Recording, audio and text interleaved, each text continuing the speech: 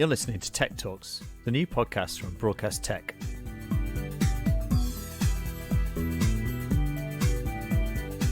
My name's Jake Bickerton, and I'm the editor of Broadcast Sport and Broadcast Tech magazines.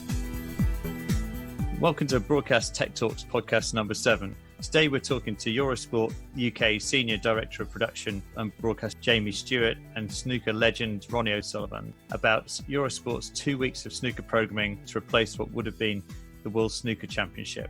It begins on Saturday, the 18th of April, and involves fan-chosen archive reruns of classic snooker matches and a new series of vodcasts from Ronnie and some other snooker players, I believe, as well. We'll talk to Ronnie about these shortly, but first over to Jamie. I want to ask a very broad question to start off with, Jamie, which is what has been Eurosport's programming strategy so far to deal with the fact that obviously no live sports are happening at the moment? The objective has been no different to business as usual in terms of trying to deliver the most compelling sports coverage, but obviously the key live ingredient missing. We've tackled it in 3 main areas, if you like. One, delving into our archives to show some of the greatest sporting moments, and whether that's Olympics, which we can go right back to Barcelona 1992, or whether it's Wimbledon Classic final, or in the case of the snooker, a historic match from the Crucible. So we're really looking to delve into the archive as much as possible and relive some really nostalgic moments from yesteryear. Second point would be trying to look at original content. We've been working with Ronnie on a number of vodcasts, which will also run on our linear channel across the course of what would have been the 17 days of the World Championships. And then the third point, I guess from a content strategy point of view, is also in the esports space. We rolled out the Tour of Flanders virtual race, and we're just looking to explore that and see opportunities there might be in that space. Have you done much esports in the past on Eurosport? Certainly not on linear, but this does present a time where we've got opportunity and airtime available to test a few areas. I can't go into too much detail just yet, but certainly the Tour of Flanders was one we trialled, and we're looking to leverage some further content across the next month to 2 months, I would say. With the snooker, got a couple of things, fantastic finals, which I guess does what it says on the tin.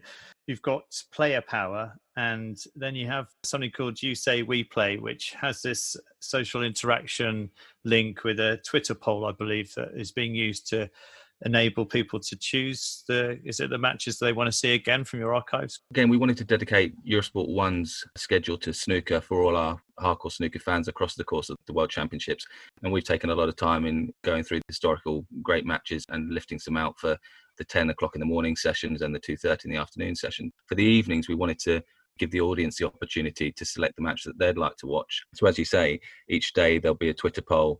The viewers can go and vote for one of 3 matches that are available to watch that evening at 7 o'clock, where the live evening session would have been. So we're just hoping that creates a bit of social engagement and allows viewers to choose what they'd like to watch.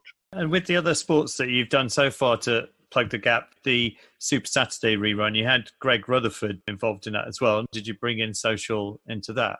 Yeah, we did. I mean, that was a fairly last-minute decision off the back of Tokyo being postponed earlier in the week to try and put some sort of positive light on the week from an Olympics perspective. Greg Rutherford's part of our presentation team for Tokyo. So we talked with him to see what we could do. And the obvious one from an Olympic standpoint was to look back at London 2012 and Super Saturday. That week, we ran the full sort of 90 minutes of the Rutherford, Ennis and Mo Farah evening, but also had Greg on board live tweeting throughout the evening. It was actually the first time he'd ever watched the coverage back. So it's actually really interesting to see his reaction. And he really engaged with all the fans and got some great pickup throughout the course of the evening. And is there any plans for any presenter-led content presenting archive material? For the British Superbikes, which was due to go live at the weekend from Silverstone, we actually worked with our sort of resident presenter, Matt Roberts, and the rest of the talent lineup, so Shane Byrne, James Whittam and James Hayden, and created a half an hour season preview, if you like, for as and when the championship does get underway. We worked with reporter Rachel Stringer, who opened up an Instagram live page and really tried to pull in audience through digital platforms. What about sports docs? Do you have any sort of in your archive that you're looking to rerun? Probably the best example in terms of docs and in terms of the general content we might produce will be for around the Giro d'Italia, where we're looking to have a Giro Heroes to almost create the ultimate Giro across the 21 days of when the Giro would have taken place, and combining that with GCN Global Cycling Network, introducing some of the documentaries that those guys have already produced, supply more content across the Eurosport linear feed. And do you have a feel for how the viewers are finding the content you're putting out at the moment? Well, that's where, again, we're having to work with the likes of Ronnie to really push on the social platforms, because viewers are more likely to know when a live event might take place. So we've got to be more aggressive with our promotional strategy across all platforms, really, to ensure the audience are aware of some of the content and the creative ideas that we've been trying to push through over the last week or two. That brings us nicely to you, Ronnie. Could you start by telling me a bit about the vodcast you're doing? Yeah, it was just an idea that the guys come up with just to talk about parts of my career and rivalries. So it's just a good sort of chat that me and Andy had, and hopefully the snooker fans will enjoy what we had to say in that. Is there a particular theme for each one? Yeah, I think it was like who are my idols growing up, starting out in the game, and then obviously the different rivalries was another one.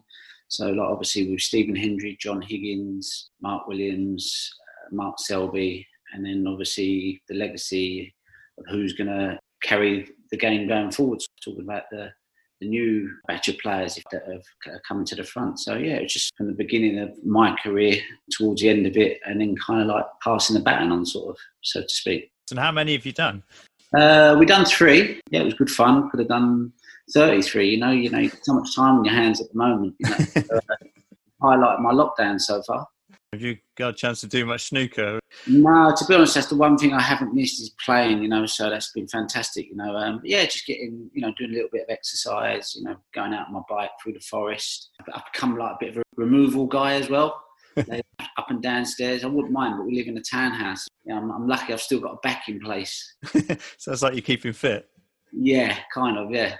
How did you find doing the sort of remote interview thing? Was it a bit weird to start off with, or did it feel reasonably natural? You know, because we've done so much work with Eurosport over the years, at first, you know, it's all kind of new to you, but, you know, you get used to working with the guys. You know, you start to understand it, how they improvise, and, you know, they just come up with content. Sometimes you hit a thing and you go, well, what do we do now? And you have to kind of be a bit proactive. This is just another, you know, another time where they've had to do something like that. So yeah, but I mean, just it was good to be able to do some stuff, and hopefully the snooker fans enjoy it. Is each episode about half an hour?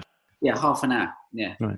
There's 3 half hours with Ronnie, and then we've got another 4 half hours, which are again led by Andy Goldstein, creating a bit of a debate show with Neil Folds and Jimmy White, talking through the greatest match of all time, etc., etc. All right, take care all, and thanks, Ronnie, for spending a bit of time doing this. As I say, they're quite short and sweet, these things. They keep them coming. Nice one. I hope you enjoyed this Broadcast Tech Talks podcast. Please subscribe now, and we'll see you soon.